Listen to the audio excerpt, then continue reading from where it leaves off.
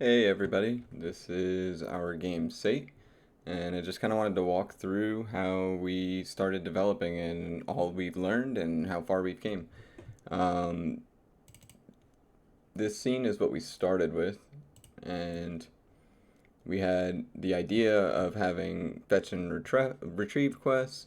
We were gonna make a bunch of interactable objects, and it kind of felt bland, so we took on a game designer who was supposed to level design and create better dialogues and make more spooky atmosphere. Um, he wound up leaving us, and we were kind of scrambling, but this is about where we were at a month into development, and we decided to make the warehouse. This was our first playtest. We had 6 people playtest it, and we're very grateful for them. Um, you came in here, you walked through here, and you had an area where you walked around, and there was a AI who just kind of walked in a circle here, and you turned on the boxes. After you turned on all the boxes, the main entry opens this gate, and you come into this spooky dead body scene and grab what was a sledgehammer and exit. And then you go back into the main scene and then break into a bunker and do a whole bunch of stuff. But we decided to scrap that because everybody said that the gameplay was great, the AI was bad, the level was too small. So we decided to make a 3 times the size warehouse, and I added this level editor tool that helped us manage our scene because the last scene was very hard to work with because of the hierarchy, and these gave us a visual representation of when you turn this box on, which correlated light would turn on with that box, which helped us give the dynamic direction for the player to know where they're supposed to go. And it worked out really well. How we decided to handle the complexity of the scene was to bring in this asset that made it really pretty and organize it all into zones. And we had audible props for our sound guy. Anytime he had anything that we had to work in, I just programmed it. We put it down here in our sounds, and he called that through Fmod. We had a bunch of triggers and barriers, interactables, and this was a way to break up the levels. So we had zone 1, zone 2, zone 2, zone 3. And, well, no, it's zone 1, zone 2, zone 3.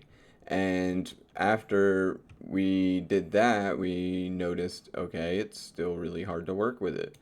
So we didn't even play test this, but with 2 people, and they said everything was great. The AI was better. Um, the only thing that was the complaint now was it's still too small, and we knew that going in. That was going to be a problem, but we wanted to make sure that the prototype and concept were validated. So to come up with a solution for the problem, we decided to take a prototyping approach, and this is our legend where you can see everything. And we streamlined our 3D model process because they were exported in different transforms, and it made it kind of hard to deal with because they all weren't consistent, and there was no real way to make a level editor out of it. So we created a level editor, and you can switch all the objects to a prototype to help us better communicate the level and what is going on in our level. The randomization takes care of all of the manual placement that we were doing, which was awful, and I'm sorry, Nuno. We have different sections here, and you can do dynamic searching. And whenever you want to put something down now, you can just play a little game with it. And this helped us a lot with prototyping our game. Now, this took care of the micro level of like a level, but how are we going to transition from one scene to the next? So I created an asynchronous loading, so the player will always have a seamless world by loading in the scenes asynchronously that he can't see, that he could potentially see. And whenever we load in the scenes asynchronously, we came into the problem of, well, how are we going to figure out where they're going? So I made a scene graph. And the scene graph is just a GUI at this point, but we're going to populate it based off of the build.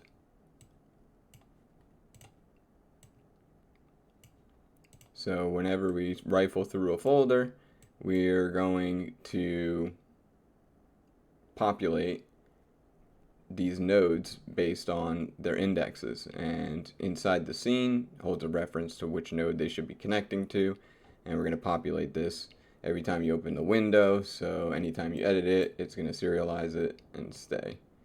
And now we can just connect the nodes, and now we have a level structure.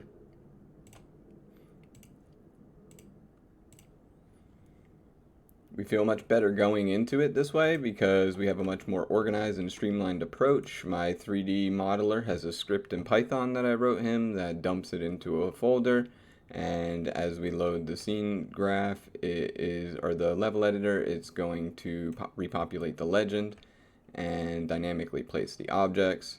Whenever we add a new scene, it'll update it, and we can design our prototypes free of worrying about where the transition is, just that it has to connect, and both of them have to be blocked off, like they have to be a blockable entrance. And there is going to be a little bit of adjustments here to load in this two scenes at once so we can make sure they line up properly, and I'm going to write a tool for that somewhere within the next week probably. This is probably about at 4 months of development. We took about 4 months to develop this, and the AI was also a problem because we couldn't figure out how to make the nodes, the travel path. We had other people who wanted, the other developers wanted to change their paths, and it was kind of hard to deal with. It was a little bit of a hard process. So the way we approached that is by creating a node editor. You can just drag them around. If you go to their script, you can add a node, and then you can move that node around. If I don't want that one, I'm going to delete it by right-clicking it, or you can undo. The goal here would be to add like a middle mouse button or something like that to add them in, so you don't have to keep clicking this add character to position button, add node to character position button, and it would just place it in just the same functionality as the level editor. And going into this now, I feel a lot more confident that we're going to be able to build a game to scale that the players are wanting out of our game, and focus more on the level design to create more dynamic and scary environments that keep you engaged with the enemy for more optimal amounts of time. I hope you enjoyed the development of Sate. We have grown so much over the past 4 months of work and have jobs and a life. This is all $0 of funding. We just did this because we like it, and I hope you like it too. Thanks.